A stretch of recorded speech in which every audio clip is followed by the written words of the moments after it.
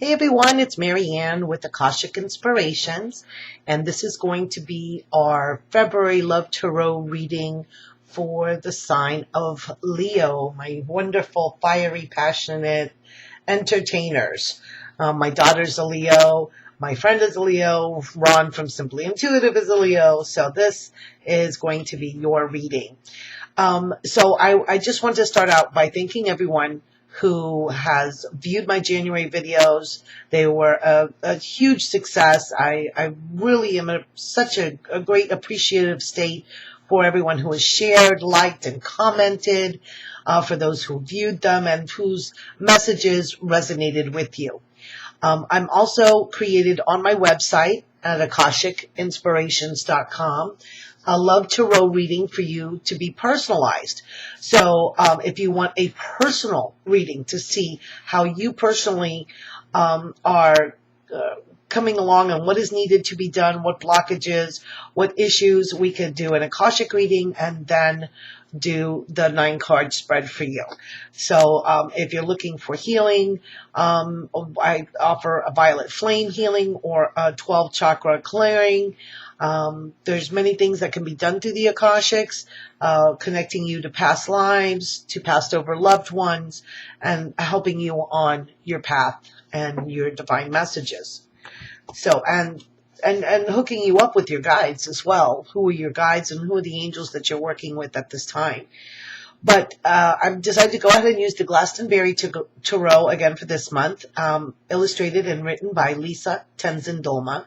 And it uses the energies of Avalon and Glastonbury, which are beautiful, beautiful energies. So let's talk about the energies of what we've got coming into this month. We started with January 20th with the full alignment of the 5 visible planets. So we're talking, that's what my little hearts here represent, representing Mercury, Mars, Venus, Jupiter, and Saturn. So this alignment is bringing us to a stellar gateway, a Metatronic stellar gateway, which is opening up these 5th dimensional and multidimensional aspects of self and bringing in things that may be unexpected. We have to go through a little bit of shadow work at this time at the beginning of February. We then arrive at February 2nd, which is the Feast of Imbolc, which is a fire Celtic ritual ceremony time, one of the Sabbats, and it also represents the Feast of Brede or Bridget. And she was the goddess or the patron saint of the hearth and blacksmiths and the home in Celtic England and Ireland. During that time, it's the time where the crone energies of winter give way to the rebirthing and the energies of spring and the maiden and the seeding of the soil to start the process of the fertilization by the sun. As the sun, the days become longer as we go into spring and into summer. This signifies the commencement that the longest days of winter and dormancy have been put aside. So that's a good thing for Leo, since you are a fire sign. We're going to have that fire energy represented by the phoenix and rebirth, a purification through fire. And how do we deal with those energies? And how does it relate to our romance and our reunion with our twin flame and with our sacred union of self? We will see what the cards have to say. We're going to do a 9-card pull, and we'll see what messages want to come out from my fiery Leos this month. All right. I'm going to start with these that have just kind of spread themselves to me. And we're going to have 3 more. Wow. And I see 2 that were face up, so I'll leave them face up as we pull the last 2. I hope you can hear me better. I don't know if my camera, the microphone, have had some people comment that perhaps the audio was somewhat low. So, oh, perfect. Oh, and you know what? I'm going to put this one here because it did come out, and it's the overriding Phoenix energy. Here we go. Here it is. The Tower. Meaning what? Transformation. Means that you've been created basically a paradigm shift, a stroke. Usually it's represented by the towering, the crumbling down of the old paradigm and the rebirth and from the ashes arising the phoenix of the rebirth of the new. So here we have the water element as well as the fire element to create the balance of the harmony here that's represented by the earth, by the Tor, and the St. Michael's tower is on top of Glastonbury Tor, and it's illuminated by this fiery, creative sun energies, fire purification of the phoenix. So this is exactly what I was just talking about. I love it when the cards confirm. So let's go to a progression. We start with the Five of Cups. And this came out in one of the other readings that I just finished doing.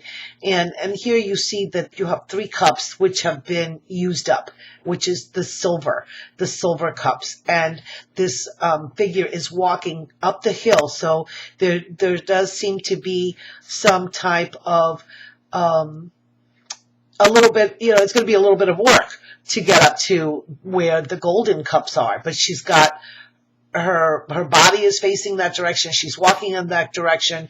So she's going towards it with a determination and a focus. She has a focus point. And she's being guided by spirit, which is denoted by the purple of her cape. And it's lined in this deep indigo royal blue, which denotes service, loyalty, devotion. So she's devoted to her higher spiritual aspect of achieving and getting to these gold cups. So she's left behind what has already been used up, what has in the past is now served as a stepping stone or a way on her path. And if you see, there's really no path, so it's about creating her own path, creating your own path. But it's having the focus and the focal point in your mind's eye, so you know where you're going. So you don't need to see a path that's determined by someone else. This is your own path, so therefore you are creating the way up to what it is that you have in your mind's eye that you want to achieve. And here we have the Queen of Staffs. So again, fiery energies. She's the embodiment of passion, sensuality, focus, a movement of, she's kind of quick-witted, and she doesn't fool around. She's very intent on again, this is another figure who has a determination. This one's seeing her focal point, and she seems to be shading her eyes so that she can have a clarity of vision, clarity of where her actions are taking her. So the yellow cape that she has, along with the red markings and stripes through it, shows that it is energy that is enlightened, that is at the light of day. She doesn't hide anything. And the orange of her hair shows her creativity, that which she is being inspired to bring about. And that's why she's looking in this direction. She's looking forward. So let us see what she's looking forward to. And it is the Three of Cups with celebration. So she is looking, she's basically found her focal point. She's in the process of getting there, and once she gets there, then she's going to celebrate, right? So here we have 3 children like playing Ring Around the Rosies, and we have this little girl who embodies the childlike innocence of the higher spirit, denoted by the magenta color of her dress. The older boy has the blue of devotion and loyalty and service, with being grounded in the spiritual, since he has the purple pants. And here, this little boy is the one who's always laughing. Here's my Leo. Here's my Leo energy. The orange with the yellow, the laughing, the happiness, the wanting to be the entertainer, the one that wants to be a focal point and a center of attraction, and to just be happy and laughing. So I love that this is the energy that's coming out for Leo. So very fiery and yet balanced with the cups, with the Three of Cups, which is a beautiful coming together in community, coming together in a party, a celebration.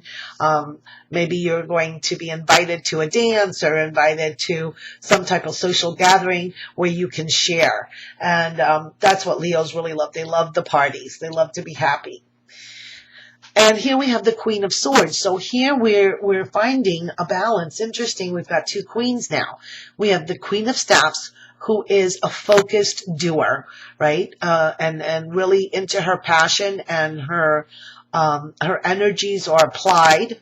And we have the Queen of Swords, who is the balance to that. She's the one that's centered in her thoughts. That is the symbol of justice. She holds the sword pointing down, and it illuminates up into her heart chakra, so which is kind of green there. And she's illuminated by the golden stars around her. She has a solid base in her wisdom.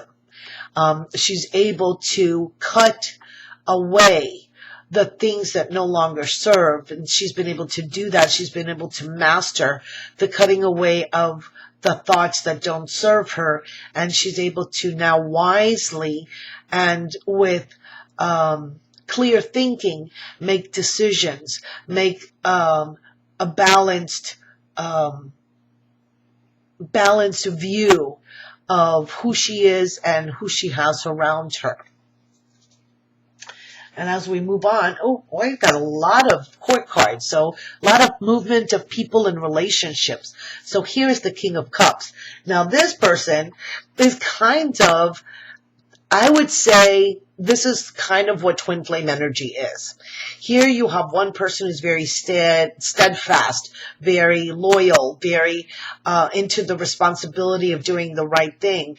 And here you have one who is expressing his joy freely and expressing through a generous spirit of heart. So that's what twin flames is about. It's this seemingly opposite, but that they complement each other, right? It's the part that you don't have. That's what twin flames are. That's why they're also difficult, because if you don't accept yourself in the totality of who you are, then it's difficult to accept and make space for the twin flame to come into your life. But here's this person, he's a master because he's the king. So he's the master of emotions, and being a master of emotion doesn't mean hiding them. It means expressing yourself who you are freely, and being that joyous, exulting in the joy of who you are, in fulfillment of who you are. So he's sitting on this magenta pink. Here we got the magenta pinks again. So he's basing on the higher spirit. Here in his pants, which are green, that means grounding and healing, healing of and creativity. His blue tunic is someone who is devoted, who is loyal, who is representing the higher aspects. I just heard Archangel Michael. So really beautiful energies, how they complement each other. And that is what the twin flame energy, because why? Because it brings us balance. So here's the Two of Swords. Now this is, normally it looks like the justice, which she's blinded, but he's not being blinded. He's just going within. His eyes are closed, and he's completely centered in between the two swords, or the two choices. So he's decided he's going to go the middle road. He's going to go through his intuition to make choices and decisions. And he's healed those aspects of himself that were out of alignment. And so now, even if it's dark with the stars, and he doesn't have the sun to illuminate, his third eye is in focus, and he is able to make a judgment based on his own intuition. So this is what you're going to be able to gather from this relationship, is finding the balance. And when we do that, then we have the World. And here again is the Phoenix, having laid the egg stone, right? Coming from the egg stone energies.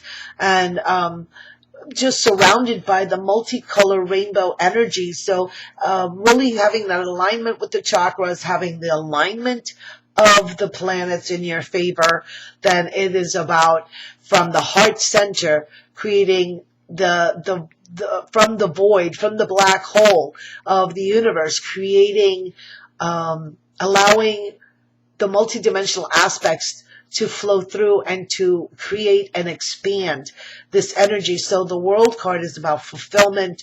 It is the phoenix in full flight after the rebirth. So here again, the fire energies. So beautiful, beautiful culmination. The satisfaction of success, of prosperity, of all your life aspects being in harmony, working together. And here we have the Queen of Pentacles. So here we have this balance. Look at we've got three of the queens. We have the Vesica or the Pentacles. We have the Queen of Swords and the Queen of Wands. So here we have a trinity, right? A trinity of energies, being masters in their own way. So here we have the master of the clarity of thinking, the mastery of putting your fiery passions into action. And here we have the one who has achieved the rewards. She's it's very close to a representation, I think, of the Gaia, the Earth Mother energy. Here, she is loving, nurturing, healing, fertile, very similar to that of the Empress as well. So each of the queens has an aspect of the Empress, which is a higher, I would say, a higher evolution of the queen energies. And again, what this all brings to us, and here is Breed with Temperance. So here is the tree that what people do is they come and they tie ribbons to her tree. And usually the tree is near a well. So here's her well where she's the temperance of stepping into the water and being grounded on the earth, the balance, and the balance of sending the energies from one cup to the other. So she's basically created an energy ball. And if you've watched Debbie's Periscopes, you know that energy balls are very powerful. She is dressed in a darker blue, so it's very devotional, extremely balanced and harmonious with the earth energies. And we're able to turn to her because here we do have some of the fire element that she's creating a sense of alchemy, right? A sense of alchemy. I'd like to read a little bit about the Temperance card, which will be interesting so you can see kind of how this book relates the colors and the information. See if I can pull this up a little bit so you can see them better. But I just love the way this spread has come out. Right. So she stands with one foot in the water and the other on dry land. Her posture shows that she is the state of perfect balance. Two water lilies float before her, flowers that, like the lotus, gain nutrients from the mud and open their blossoms into the air. These are symbols of our ability to exist at all levels of our being, to open ourselves to the spiritual aspects of ourselves while remaining rooted in the earth that sustains our physical form. In her hand she holds two chalices. The element of earth, air, fire, and water flow from each, merging so that they are not poured onto the ground, but instead create an alchemical force that flows in both directions from chalice to chalice. With these, Breed harnesses the powerful forces of nature and creates a union of opposites. So it kind of reminds me a little bit of a progression from the Chariot card, which you have the white and the black horses. There is great creative energy as the blending of opposing factors acts as a force for change and transformation, which here we got in the Tower. This gives rise to a new and beautiful energy, which is brought forth from deep within the self. So very interesting. Let's look at these cards again. So we have the Tower, the change, the breaking down, the balance, and the achievement of this work is culminated here in the world where you find the union and satisfaction. Wow, what a beautiful reading for my Leos. Goodness gracious. Amazing. Again, if you would like your own personalized reading, please go to my website, akashicinspirations.com. I'll post the links in the comments below, as well as my Facebook page where you can see experience the daily readings and comment and enjoy that. And my Twitter account, which is linked, of course, to Periscope. So if you follow me, you'll be able to get the messages as to when I'm going on to and doing a scope, and perhaps get a free card pull for yourself. I am so happy. This is a beautiful, wonderful energies. Please take advantage of them. You're in the right space. You're in that space of balance. Now is the time to use the new moon to set your intentions and allow them to come into fruition during the full moon, balancing these beautiful new energies of the sun as it comes in with the celebration of Breed on the 2nd of February. So I wish you a wonderful month and a beautiful Valentine's Day full of love and joy and celebration.